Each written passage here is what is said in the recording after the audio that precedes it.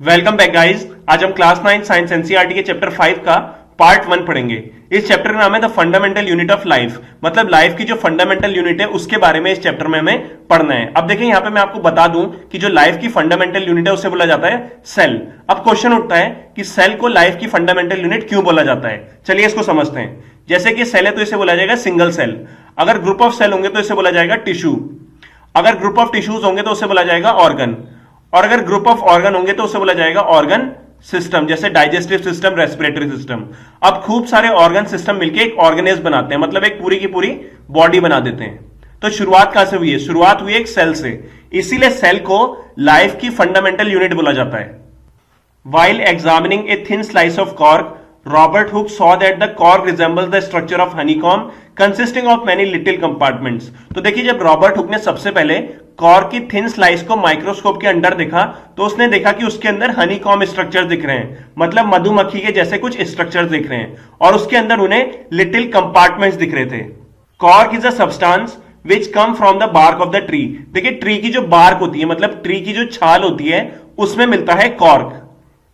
This was in the year 1665 when Hooke made this chance observation through a self-designed microscope। देखिए 1665 में सबसे पहले Robert Hooke ने cork की थिन स्लाइस को सेल्फ डिजाइन माइक्रोस्कोप के अंदर देखा।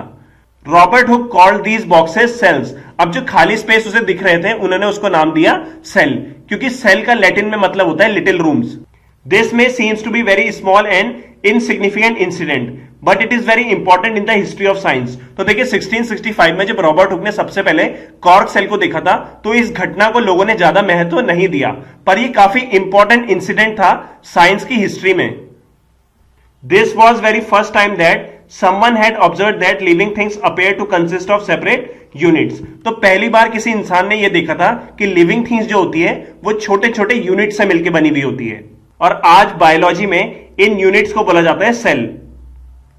What are living organism made up of. अब हमें देखना है कि लिविंग ऑर्गेनिज्म किस चीज से मिलकर बने हैं, तो इसको समझने के लिए हमको एक्टिविटी 5.1 समझनी पड़ेगी। इस एक्टिविटी में सबसे पहले हमें ऑनियन बल्ब को लेना है, फिर उसकी पतली सी स्किन को बल्ब से रिमूव करना है। इसके बाद स्किन को जल्दी से वाटर कंटेनिंग वॉच ग्लास में रख देना है ताकि स्किन सूखे ना। अब हमें ग्लास स्लाइड लेनी है जिसमें ओनियन पील या ओनियन स्किन को ट्रांसफर करना है। अब हमें ओनियन पील पर आयोडीन सॉल्यूशन की एक बूंद डालनी है ताकि ओनियन पील के अंदर जो सेल्स हैं उनको कलर मिल जाए। इससे हमें सेल्स जो ओनियन पील के अंदर हैं वो हमें माइक्रोस्कोप में आसानी से दिखने लगेंगे। अब हम माइक्रोस्कोप की मदद से ओनियन पील के सेल्स को देखेंगे। तो हमें क्या ऑब्जर्व हुआ जब हमने ओनियन पील के सेल्स को माइक्रोस्कोप में देखा? अब जो ओनियन पील के अंदर हमें स्ट्रक्चर दिखे उसको हमें ड्रॉ करना है। ये स्ट्रक्चर्स कुछ इस तरीके से दिखे। अब हमें दो डिफरेंट साइज के ओनियन लेने हैं, एक बड़ा ओनियन और एक छोटा ओनियन। बड़े और छोटे ओनियन से हमें पील को रिमूव करना है और उसको अंडर माइक्रोस्कोप स्टडी करना है। अब यहां पे एक क्वेश्चन आता है कि बड़े ओनियन से जो हमने पील को रिमूव किया उसके अंदर जो सेल हैं, या छोटे ओनियन से जो हमने पील को रिमूव किया उसके अंदर जो सेल्स हैं, क्या वो सिमिलर हैं या डिफरेंट हैं? इसका आंसर हमें आगे मिलेगा। अब यहां पे एक क्वेश्चन आता है कि ओनियन पील के अंदर जो हमें स्ट्रक्चर्स दिख रहे हैं वो क्या होते हैं? These structures look similar to each other. जो ये स्ट्रक्चर्स होंगे ओनियन पील के अंदर वो एक जैसे होंगे, मतलब सिमिलर होंगे। Together they form a big structures like an onion bulb. और ये छोटे छोटे स्ट्रक्चर्स मिलके एक बड़ा स्ट्रक्चर बनाते हैं जैसे कि onion bulb. We find from this activity that onion bulbs of different size have similar small structures visible under a microscope. अब देखिए हमने दो डिफरेंट साइज के ओनियंस लिए थे, एक बड़ा ओनियन और एक छोटा ओनियन। इन दोनों से हमने पील को रिमूव किया था। जो बड़े ओनियन की पील थी उसमें हमें स्ट्रक्चर्स दिखे, और जो छोटे ओनियन की पील थी उसमें भी हमें स्ट्रक्चर दिखे। जो दोनों में स्ट्रक्चर थे वो सिमिलर थे। The cells of the onion peel will all look the same regardless of the size of the onion they come from. तो देखिए किसी भी साइज का ओनियन हो, बड़ा ओनियन हो या छोटा ओनियन हो, उनसे जब हम पील को रिमूव करेंगे तो दोनों पील्स के अंदर जो सेल्स होंगे वो बिल्कुल एग्जैक्टली सिमिलर होंगे। These small structures that we see are the basic building units of the onion bulb. तो ओनियन बल्ब को जो बनाने वाले स्ट्रक्चर्स हैं वही यही स्मॉल स्ट्रक्चर्स हैं, मतलब ये खूब सारे स्ट्रक्चर्स मिलके एक ओनियन बल्ब को बना रहे हैं, और इन छोटे छोटे स्ट्रक्चर्स को बोला जाता है सेल। सिर्फ ओनियन ही नहीं, जितने भी लिविंग ऑर्गेनिज्म हैं वो सेल से मिलकर बने हैं। इसके अलावा कुछ सिंगल सेल्स होते हैं जो अपने आप से जिंदा रहते हैं। जैसे हम बात करें ह्यूमन बीइंग की, तो ह्यूमन बीइंग की बॉडी में कई सारे सेल्स होते हैं, पर अगर हम बात करें बैक्टीरिया की, तो बैक्टीरिया की बॉडी में सिर्फ एक ही सेल होता है, मतलब वो एक ही सेल से बना हुआ होता है। तो ऐसे जो सिंगल सेल्स होते हैं ये अपने आप से जिंदा रहते हैं। Cells were first discovered by Robert Hooke in 1665। 1665 में सबसे पहले रॉबर्ट हुक ने सेल को डिस्कवर किया था। रॉबर्ट हुक ने कॉर्क की स्लाइस में सेल्स को देखा था यूजिंग प्रिमिटिव माइक्रोस्कोप, मतलब बहुत ही पुराने माइक्रोस्कोप की मदद से रॉबर्ट हुक ने कॉर्क की स्लाइस में सेल्स को देखा था।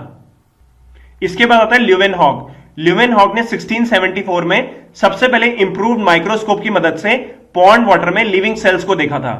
देखिए, अगर क्वेश्चन आता है कि सबसे पहले सेल को किसने देखा, तो इसका आंसर है रॉबर्ट हुक। और अगर क्वेश्चन आता है सबसे पहले लिविंग सेल को किसने देखा, तो इसका आंसर है ल्यूवेनहॉक, क्योंकि रॉबर्ट हुक ने कॉर्क सेल को देखा था और कॉर्क सेल डेड सेल्स होते हैं, पर ल्यूवेनहॉक ने पॉन्ड वाटर में लिविंग सेल को देखा था। इसके बाद आता है रॉबर्ट ब्राउन। रॉबर्ट ब्राउन ने 1831 में सेल के अंदर न्यूक्लियस को डिस्कवर किया था। इसके बाद आता है पुरकिंस। पुरकिंस ने 1839 में प्रोटोप्लाज्म टर्म दिया था। प्रोटोप्लाज्म का मतलब होता है सेल के अंदर जितना भी लिक्विड सब्सटेंस होता है उसे प्रोटोप्लाज्म बोला जाता है। इसके बाद आती है सेल थ्योरी। सेल थ्योरी कहती है जितने भी प्लांट्स और एनिमल्स हैं वो सारे के सारे सेल से मिलकर बने हैं। इसके अलावा जो सेल है वो लाइफ की बेसिक यूनिट है। इस सेल थ्योरी को दो बायोलॉजिस्ट ने दिया था, स्लेडन एंड शेवान। इसके बाद सेल थ्योरी को फर्दर एक्सपेंड किया था विर्चाओ ने। विर्चाओ ने बोला था all cells arises from pre existing cells, मतलब जो पुराने सेल्स होते हैं वो ही डिवाइड करके नए सेल्स बनाते हैं। जैसे अगर ये कोई पुराना सेल है, ये डिवाइड करेगा और ये डिवाइड करके नए सेल्स बना देगा, तो उसने क्या बोला, all cells arises from pre existing cells. इसके बाद 1940 में इलेक्ट्रॉन माइक्रोस्कोप की डिस्कवरी हुई।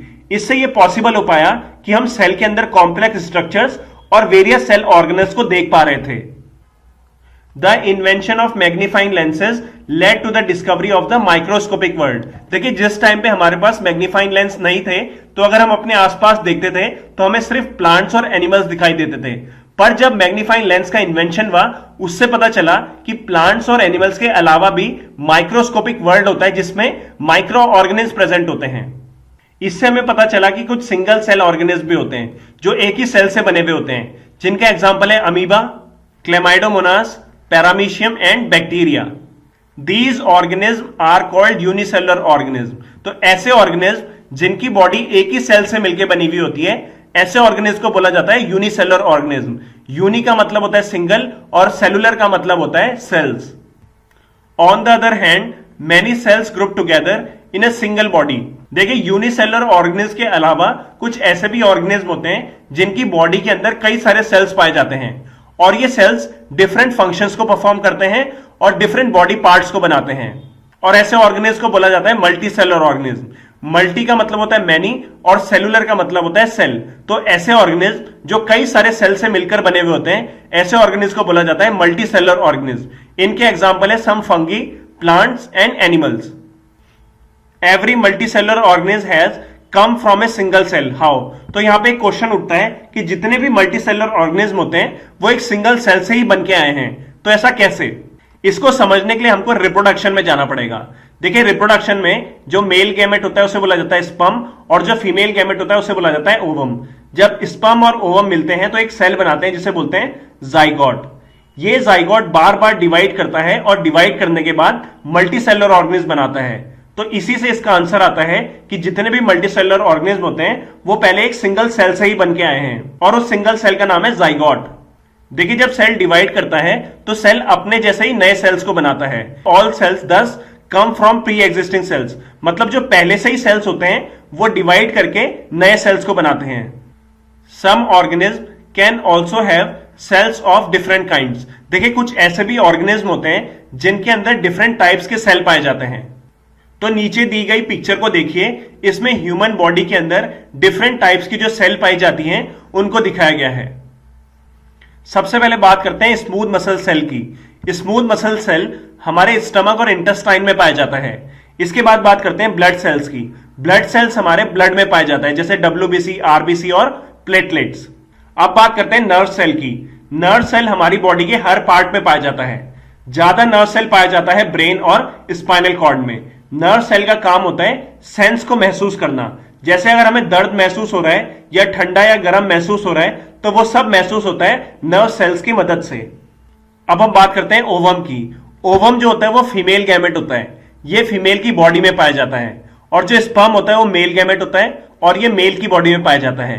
थोड़ी देर पहले हमने पढ़ा था कि स्पर्म और ओवम के मिलने से जाइगोट बनता है।